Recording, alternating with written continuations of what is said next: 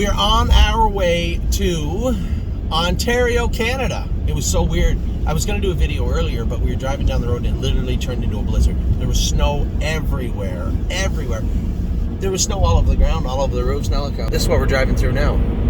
It was like 10 miles. So, on our way to Ontario, Canada, last Friday afternoon, we left the Harrisburg sale empty. Well, not empty. We had Mama Knows Best on the back, who's not on the back right now. I'll talk about who's on the back in a second. But we left Harrisburg with Mama Knows Best, dropped her off at Northfield Park, stayed over for the night, checked in on the crew in at Northfield. Man, it was cold. It was freezing cold. What was it like? It had to be like 33, 34 at Northfield this morning, would you say? Snowflakes. So it was freezing cold. So unfortunately, I didn't offer to jog any. I talked to the vet, talked to Lauren, checked in on a number of the horses, see how they were doing. Was very happy with what I saw. Wanted to speak to the veterinarian about a couple of horses in particular. No, go ahead. Just leave it. Just leave that seat. Wanted to talk to the vet about a number of horses, the trainers about a number of horses. You know, obviously, yes, and a number of our mainstays. Lauren was asking about Mama Knows Best. I said, I don't know where we're going to race. So it'll be the Meadows or Northfield right now. And then we'll move on. I had a number of clients yesterday saying, Anthony, we didn't get any racehorses. We had that group put together. Yeah, but that group still has to be based on value, guys. I mean, I'm not just going to go and waste your money. Remember, I tell everybody, I treat everybody's money like it's mine, right? And I'm not going to throw money away. I'm not going to, watch Mama Knows Best go through the ring for 23, who was an easy buyback for me, and then spend 42 for a similar animal. It just makes no sense. So we took the one home that didn't sell, and I thought there was a chance she may not. But I'm happy to have her back. And then when it came to the other horses, there were just no bargains. I'm not spending 70 for a horse worth 50. I did bid on Crystal Fashion. I'll tell you that. I was nowhere near getting them. I did bid on him. In fact, I bid on his brother, I think, Amy, didn't I? Cricket. Didn't get anywhere near any horses yesterday. Actually, that's not true. I was underbidder on one. I thought I could overpay for him, or I could buy him for $2,000 more than I thought he was worth. But at the end of the day, it wasn't like, oh my God, he's a steal. And we will find those guys. We will find those. There will be horses for sale in the coming weeks all over North America, and we will find some horses to race this winter. I just was not going to overpay for the ones we saw. Keep in mind, Woodbine Mohawk just announced a 40,000 claiming series. They haven't had one of those in over a decade. There's a claiming series, obviously, in Ohio. Well, there's lots of horses to pick up, just not overspending. So that is where we were at with the race horses. Brought Mama home, hooked onto the trailer, and in this trailer behind me is High Gear No Fear and Northern Blizzard. They're coming back home. I had a gentleman call and try and buy Northern Blizzard, and I told him, no, not right now. I think he's good enough right now to win the Nommers 2 at Mohawk. Give him 2-3 starts. I think he's good enough to win the Nommers 2. That would mean 2 wins. If he's good enough to win it once, he fits it twice, at least. And at that point, if we decide as a group we're going to sell Northern Blizzard, then we will. I'm not going to undersell our horses either. Mama Knows Best stayed. Northern Blizzard, not ready to sell him just yet. And High Gear No Fear, as I said in the trailer here, Jason trained him yesterday in 57, said the horse was awesome. He's put on about 30, 40 pounds over the last 2 weeks, which is good. His appetite is coming along. His blood looks really good. I'm really happy with him. So we'll race him at Mohawk also in the foreseeable future. That got me to thinking. Every week we open up our videos with how the horses did. You guys saw, yes, he raced great. Walk on the Moon raced great. He also has a series back at Mohawk he might be coming home for in the next month. No guarantees. We'll see. But for right now, he's razor sharp. So him, and yes, White Tiger took a new lifetime mark, 53-4. I alluded to the fact that he may be worth a few dollars to our wagering clientele last week. And Walk on the Moon, I think I stopped short of calling him an absolute lock, because I figured he was. So you guys can see what we're doing now. You can see the canvas in front of you, right? Trying to shed the ones that are going to maybe find some trouble down the road.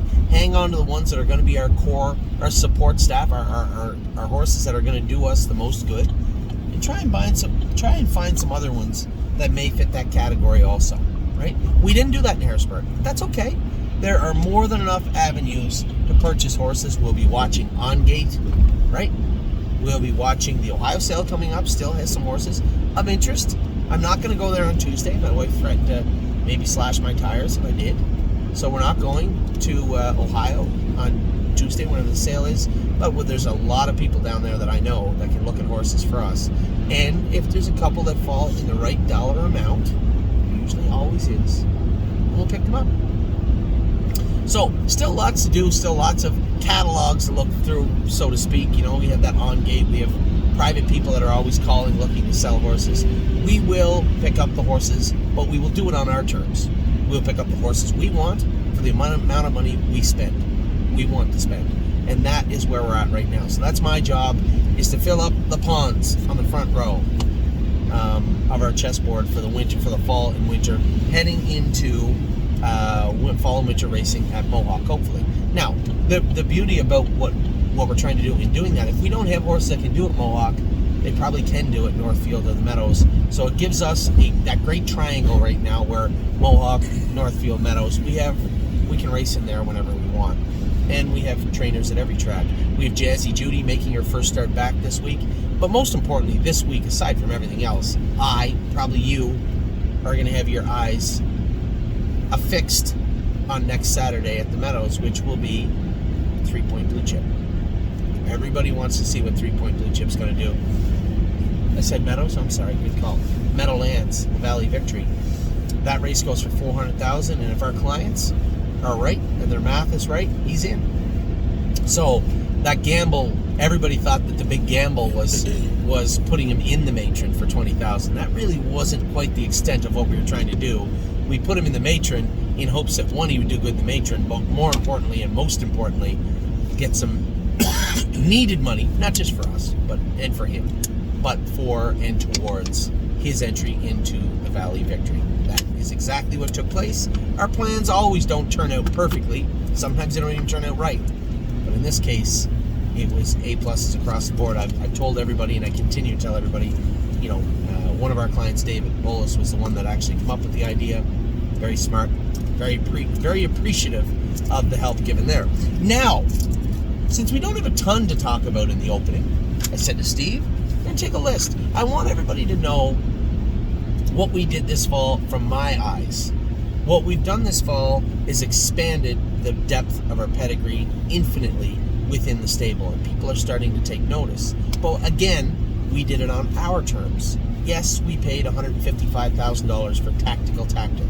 That won't remain his name, by the way.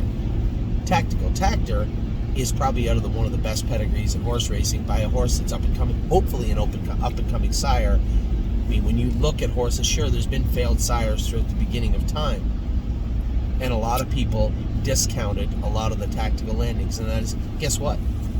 I'll be happy to buy the green shoes next year too if they want to feed them to us. But it has to be on our terms, that value-based purchasing, and I think that is exactly what we did. Now, I'm going to give you a little glimpse at what I'm talking about for the people out there that don't. I can tell you the list of the horses that intrigue me is very long. Very, very long for very different reasons. But if we're just focused on what we've done this fall, if we're just focused on our horses that have strong pedigrees, I just want to give you a little glimpse into what we were able to do. So, Steve and I said, Steve, you're going to write down a list of horses that you think are the best pedigrees. I'm going to write down a list of horses that are the best value. Now, the same 10 horses showed up on both lists, almost in the exact same order, which is important. That says a lot. I wasn't focused on pedigrees alone. I was focused on value. Steve wasn't focused on value alone. He was focused on pedigree. And it's pretty interesting that we come up with the same 10 horses from the stable. Now, keep in mind, we have over 5 times that. Of the horses we purchased this year, 5 times that was purchased. So this is 1/5 of our stable is what I would call very, very credible pedigrees. So, I'm going to run through them with you real quick. The ones that I picked, same ones Steve picked, 10 horses that I think are incredibly deep in the pedigree of as far as when you're looking at pedigree, incredibly deep horses. Interesting, but deep, very deep. So the first one on my list was the second one on Steve's list, and that is Tactical Tactor. I was torn on this. We paid a lot of money for this horse. But I have to ask myself, and this was the easiest way to quantify it, what would this colt bring if he was a Walner? What would he bring if he was a Chapter 7? Now, again, I know what you're saying. It's unfair to judge them in that way because he wasn't. He was a tactical landing. But keep in mind, the only reason we were allowed to get 3-point blue chip last year was because, well, we were in the middle of COVID-19. That probably played a role. And secondly, what I thought was most importantly, he was a Walner. Rewind 1 year. Walner was not Walner last year. Walner was a first crop of Chapter 7. That's all he was. Discounted in the same manner that you see tactical landing. Now, tactical landing horses still have to go and do that. But as we headed into Harrisburg, we had one thing to our advantage that no one else did. Not a lot of people did. At least not the people that were going to be involved in bidding on this horse. We had a bunch. We already had 4 tactical landings. They all looked good. They all do their work good. Mechanically, they are pristine. They are perfect. They got great work ethics and attitudes, all 4 of them. So we bought 4 horses from 4 totally different families, different genders, and they all did the same work. Leads me to believe that probably on the right track when we're coming to talented animals on the track from tactical landing. Could be wrong. You know, this could be one of those things where the horse is trained down good, look good, feel great, and then don't turn out good. I highly doubt it, but it is possible. So I'm going to get back to you in your list. My number 1 horse was totally tactical. For the simple reason, if I said he was by another sire, what would he bring? Easy. 300. Maybe more. Definitely 300. We bought this horse for $155,000. To me, that says value. When Steve looked at it, it said pedigree. And I was surprised. Number 2 on Steve's list. But number 2 on my list was number 1 on his list. That's Landing Strip. Now, Landing Strip is a horse that you have Lexington. Landing Strip is a horse that no, I do. I'm sorry. Yeah, I got it. 57. Why is he missing? There, it's number 86. So Landing Strip is a horse that obviously a tactical landing. His brother was Pinkman, right? World champion, won the Hamiltonian. His sister, I'm Pink Too. You guys have known now the very long story and sordid affair between myself and I'm Pink Too. I was actually the buyer of I'm Pink Too and turned the slip over to Sugar Valley Farms' Joe McLeod because I bought a lot of horses. He was very interested in the filly. I cut her loose. She went on to make $390,000 and was the first 3-year-old trotting filly ever to trot under 150, 49-4 in Lexington. That man was the owner of what's her name? The Muscle Hill, daughter of I'm Pink Too. Yeah. I also bought, but I opted to buy 2 Pennsylvania trotting colts. Doesn't matter.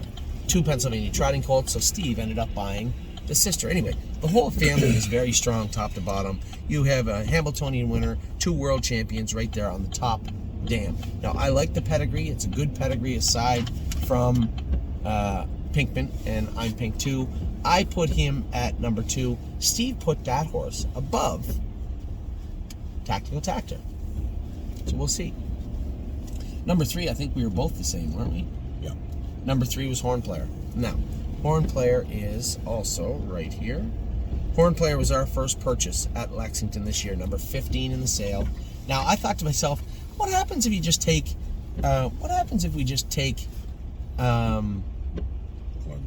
alarm detector out of the pedigree? In my mind, I said, it's probably not that strong if you do that. Well, there's 2 studs, Ken Workington and Holiday Road, in that family. You know what? We should have went in here first. We'll come back. Come back. Yeah, we can just circle back and win there. Ken Workington and Holiday Road are in. What's wrong, honey?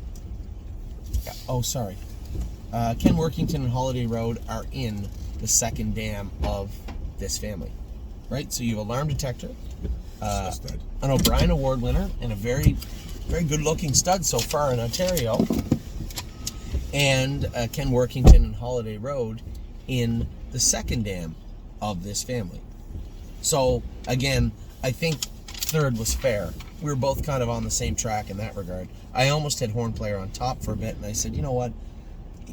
My feeling was simple. Tactical Tactor at 155 just showed more value even then, even though Horn Player only brought 45.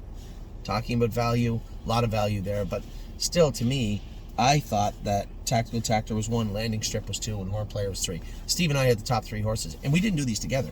Two different lists. It's a little different here.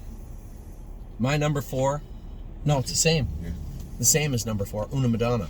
Now, although Una Madonna, here's the beauty about Una Madonna. I don't know a ton of the second dam or third dam, neither did Steve. But I do know a little background on Una Madonna. That mare, the mare in foal, Unica Donna It, European mare, Italian mare, but she is by Donato Hanover. That mare was purchased by the ownership group for $250,000 US from Europe to be flown over to the US. So I mean, you have Daguet Rapide, 1.7 million by Pine Chip in the second dam. Third dam, Dream With Me, 1.6 million. It's all European blood though. I don't know these horses, but when you look at wins and money, pretty clear you're on the right track there. So Una Madonna was number 4 for both of us. Number 5, keep in mind, please, we own all these horses now. They're our horses. I need your list and my list. My number 5 was simple. It was Oh My Gosh. Now, a lot of people, this horse is sold out. A lot of people wanted in on this horse. One of our clients, Brian Hockman, a friend of mine, he messaged me and he says, why would you buy a Swan for All? I said, well, the last good Swan for All I bought was for you, who ended up being Swandre the Giant. And he said, yeah, but you said you weren't doing much work in Indiana. I said, well, Brian, this is only our second Indiana bred. And when I look at, oh my gosh, there's nothing to do with Swan for All or Indiana or anything else. It was sheer value. I had this horse, I figured he'd bring 70, 80,000. This is a brother to Capricornus. The other one was exported. This is the third foal. The second dam is a dam of Cedar Dove, who was a world champion. She just happens to be a mother of When Doves Cry, another world champion. So the depth of this family, is really quite incredible, to be honest. To be able to pick this horse up for $374, you tell me. I'm telling you this horse was correct, had a nice video, and looked very, very nice at the sale. So you go back and look at the pedigree, and you tell me what this horse brings in the Indiana Select. I can assure you it is quite a bit more than $22,000. So my pick on value was Oh My Gosh, and quite frankly, Oh My Gosh could have been a lot higher on my list. This horse for 22 was just shocking to me. I was not in the woods in the market for a Swan for All or an Indiana bred, but I'm always in the market for value, and this horse just screamed value to me at $22,000. What number did I have there? 6? You have him at 6 because his number 6 and my number 5 are swapped. So on your list, Oh My Gosh is 6. Number 5, I can't really blame you. Number 5 is a horse that, not only do we know her, that's the Harrisburg one I need. Not only do we know her, how do I get to? You have a Harrisburg here. Yeah, but pull it up on yours. Number 135 was Five Fish Species. Thought a weird name. I guess it was named after a painting. So, whatever. I'm okay with it. But Five Fish Species herself is a full sister to Bomb Hugger. We just watched well-bred fillies bring hundreds and hundreds and hundreds of thousands of dollars at Harrisburg. Right now, we just watched it happen. Now, this filly is of an extremely strong family. This is Marion Marauder's family. I don't have to tell you. We bought Bomb Hugger last year. Now, Bomb Hugger was the first foal from a Cantab Hall mare, and she was small. I told you guys, remember back last year, go back and watch the video if you think I'm lying. She was too small to be on day 1, in my humble opinion. And when people try to sneak day 2 or day 3 horses through on day 1, they get run over. And that's what happened. I truly believe if they had Bomb Hugger on day 2 or 3 of Lexington last year, she brings 50. She brought 32. She was our filly. We brought her home. Now, Not Mary Marauder. yes, it is. This is Patriarch Hanover and them, isn't it? No. I'm getting mixed up. That's Sweet Smell of Success. Who's at a Patriarch Hanover? And Palermo Hanover is the one racing right now. Yeah. I get them mixed up. It's personal style. That's. But where is? I'm sure if you look in here, Mary Marauder's at one of these mares. No. I think you're wrong. Either way, I'm not going down on it. Bomb Hugger herself was $106,000 made in, what did we race her, 7 times? Yeah. 7 starts, $106,000 made. 3 or 4? 4 wins at 2, one of them was a maiden. 3 sire stake wins and the race at the Meadows. So she had 4 wins at 2. 3 of them were in sire stake races, not the grassroots. These were the top end sire stake races. And yes, she got beat fair and square in the final. She made a break in the one leading up to the final. And the winner of the final was the winner of the Breeders' Crown this year. So no slouches in the New York Sires competition by any means. The family is extremely strong. Has been, well, the second dam herself, Personal Style herself, took a 2-year-old mark of 55-3, $778,000. She was the dam of Patriarch Hanover, 10 wins by Father Patrick, a mark of 53 as a 3-year-old, $333,000 made, and she also is the mother of Palermo Hanover, who on the paper here made 22. If you can click, Way over 100. way over 100, mark of 53-4. This was the update at the sale. Mark of 53-4. So the mother is in the second dam of Palermo Hanover, who won in Kentucky, 107,000 made, a mark of 53-2 as a 2-year-old. So the Bluegrass International Stallion, you're right. So again, but we know the problem. I know the problem. You know the problem with 5 fish species. You go back and look at my videos. I made it very clear what the problem was. Her knees are a little offset. Now, there's a lot of people saying, why would you buy a horse with offset knees? Well, when you look at the way this horse hits the ground in her video, it's very, very light. You look at the way she... Sorry. You're gonna have to watch this guy. We're gonna look at the way she she hits the ground in the videos, and then watch her up front. She's not gonna interfere, right? And keep in mind, Baumhugger wore knee boots also and used them. So this filly here looks pretty straight going in the video, but when you look at her up front, you guys go back and look at the video, she is a little offset. For me, you have to answer 2 questions. Are you okay with that? Do you think this horse will race? Yes. Aside from her knees being a little offset, she's very correct. She's already much bigger than Baumhugger. She hits the ground very light. So the second question is, what does this sale price look like now? You have to factor that in. There has to be a takeaway from her knees being offset. I told Steve and everybody around us the day before, she's going to bring 40, and we are going to, actually, I said 42. I'll go to 42. I figured we'd buy her for 35 to 40, and we will own her. That's exactly what happened. So that was bang on.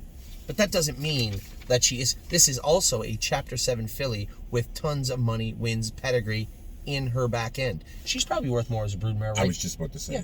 Right now. If she never puts a harness on and goes in that sale, to yesterday's sale, Thursday's sale, she's worth that money. Oh, for sure she is. So, I mean, as a broodmare alone, a broodmare prospect alone, she's worth way more than 40. So that's where the value will come in. Steve put her at 5. I put her at 6. Steve's number 6 was my number 5, which was, oh my gosh. Again, not going to talk about him. Now, gets a little murkier here. Our 7 through 10s are the same. Mine's a little different. I picked Cutie Cumber as my number 7. I'll tell you why. This is a filly who's a full sister. Again, this is a Chapter 7 filly. Keep in mind what just happened in Harrisburg with the mares that were selling in full or broodmare prospects.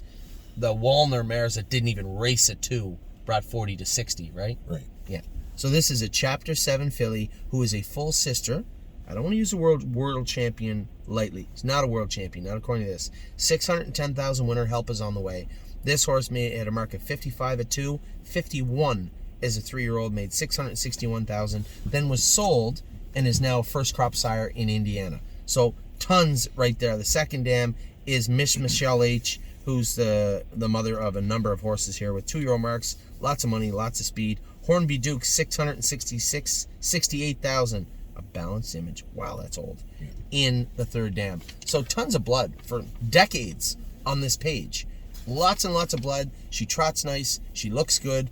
$50,000 again to me was a ton of value for this particular filly. Steve put her at 10. Shame on you, Steve. I put her at 7. I love this filly very, very much. Number 8 for me was another one that I thought was very easy to purchase. This was Leaps and Bounds. Now, Amy and I love this horse. This was a top pick, not the top, but one of the top picks in the sale by both Amy and myself. Both of us love this filly. This is the Traveling Superlight Poof She's Gone family. You see it show up at every single sale all over North America. But again, what's a horse like this bring? This is a bar hopping filly who is Pennsylvania. You missed this part too. Pennsylvania, Kentucky, and Maryland eligible. So pitch the Maryland, but she's Pennsylvania and Kentucky. Beautiful filly. She does everything right. And here is the most important thing, and Amy was 100% right. She brought it up.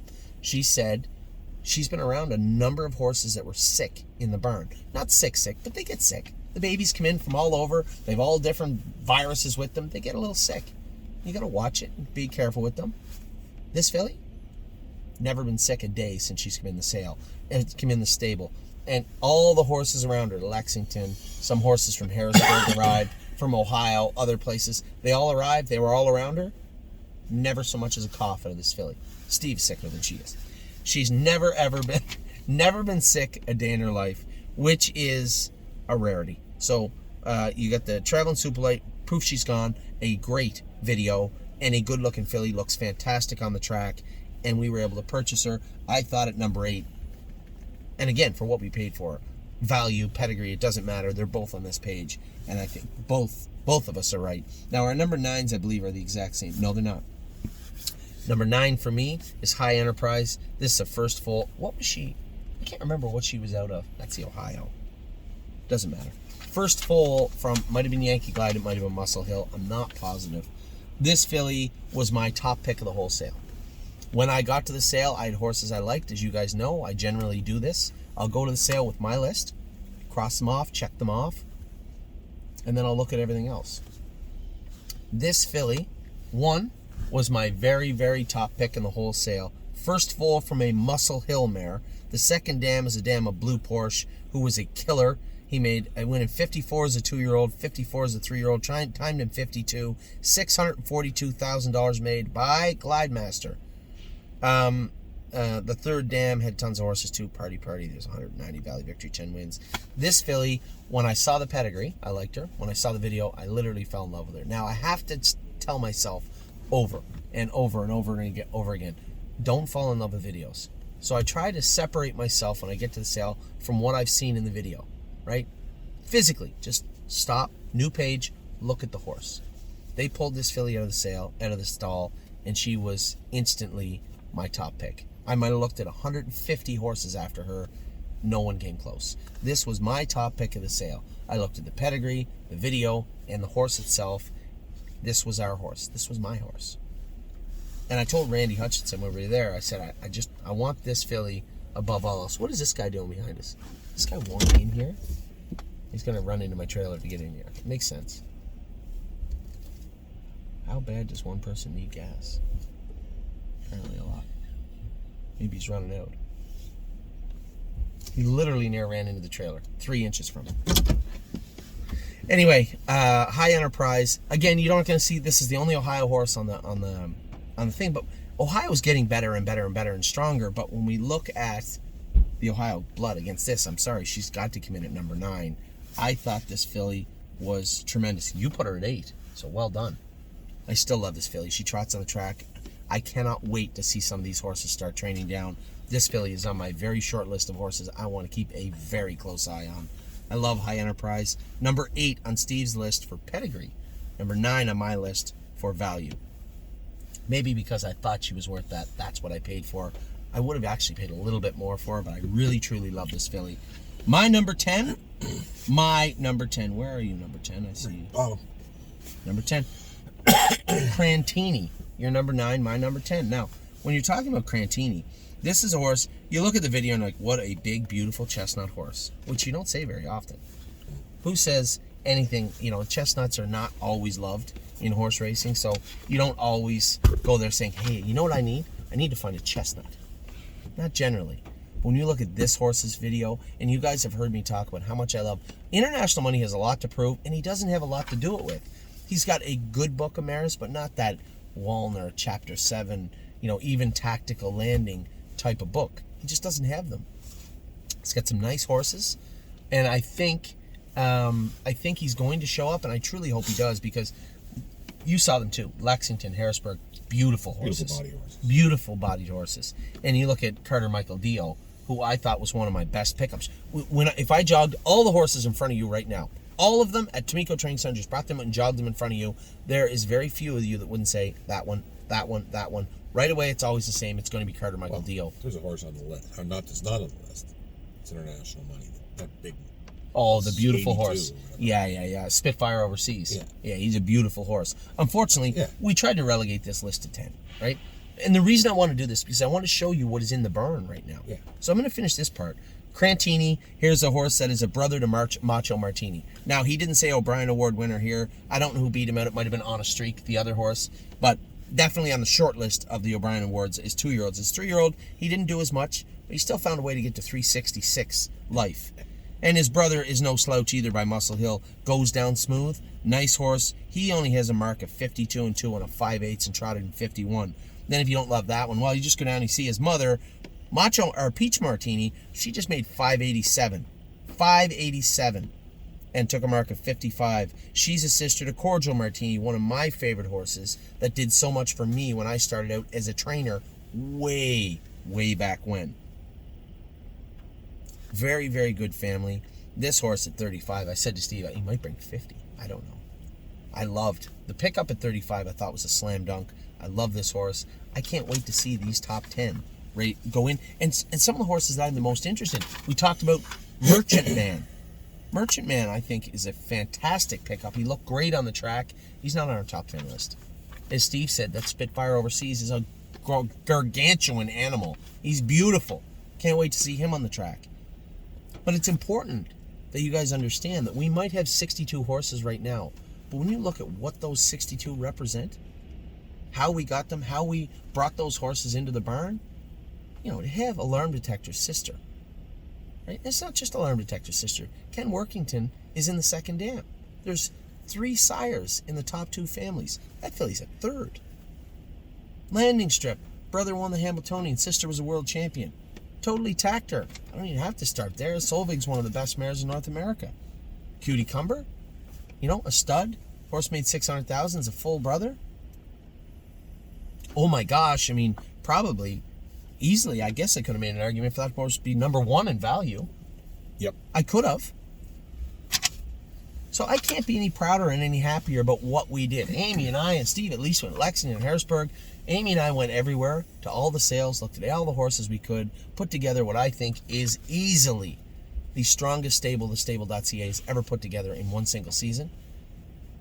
And then you factor in our racehorses also. Yes, open trotter. Hopefully, for those of you out there saying, that Locatelli, 93 is a lot. Go try and buy him yesterday at Harrisburg. We had to run him through. We were looking at horses that were racing against him. Now they had more wins. They had more money. 140, 120, 105. All the horses that we were interested in that raced against Locatelli, all of them went for a lot more money than we paid for him too. So again, that goes to show you, if you just take your time, keep your eye on the paths that are available to you, we can find value moving forward. For those of you wondering about Locatelli, he schooled great yesterday. James had nothing but good things to say about him. He's going to start racing probably next week in the Nominers of 5 at Mohawk. I keep forgetting to talk about a Glariam. Who, by the way, the race office railroaded her this week and put her in to go with White Tiger and that crew. Here's a filly, a 3-year-old filly, right? Non-winners at 80 life, but instead has to race against the likes of the White Tiger condition class, which is a little unfair to her. They probably shouldn't really think about throwing her to the wolves too much, or she'll be at the Meadowlands racing, and it'll be another good horse out of this province of Ontario. They have to do a better job putting the classes together and getting these horses raced, because if we can't find races for good horses like her, she won't be there. So, and that's not a warning, that's just reality. And we need to race our horses where they can win. We've stuck to that all year. I've talked to the trainers about it. All our affiliate trainers, all the people that work with us, put the horses in where they can win, and good things will happen. And that's exactly what has taken place all year at the stable. And what has it led to? It led to the strongest barn we've ever been able to put together. So it all starts with what we do on a day-to-day basis. It all starts on how the horses are racing in reality. We're not asking them to do anything special. We're just asking them to do what they can and putting them in where they can do some good. And that's exactly what we're going to continue to do into the fall and into the winter and into 2022. So there is absolutely no doubt, as of right now, this has been the best year ever in our existence. And we still have the most lucrative race of all year coming up for us in 3 Point Blue Chip next week in the Valley Victory. So we're off to the Valley Victory, and we're off to the rest of Christmas Eve. Steve and Amy were really pumped. We saw all the Christmas decorations.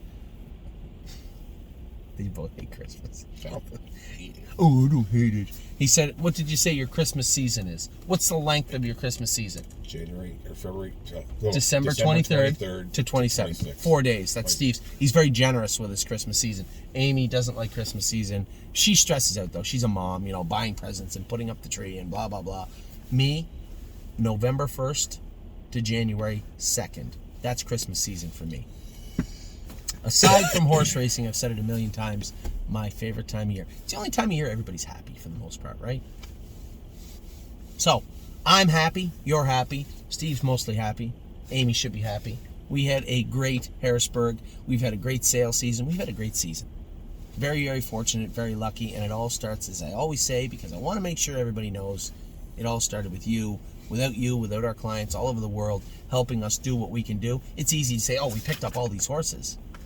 Without you, I couldn't have picked up any of them. So I truly appreciate it. Thank you very much. And I hope we have a wonderful 2022. Take care.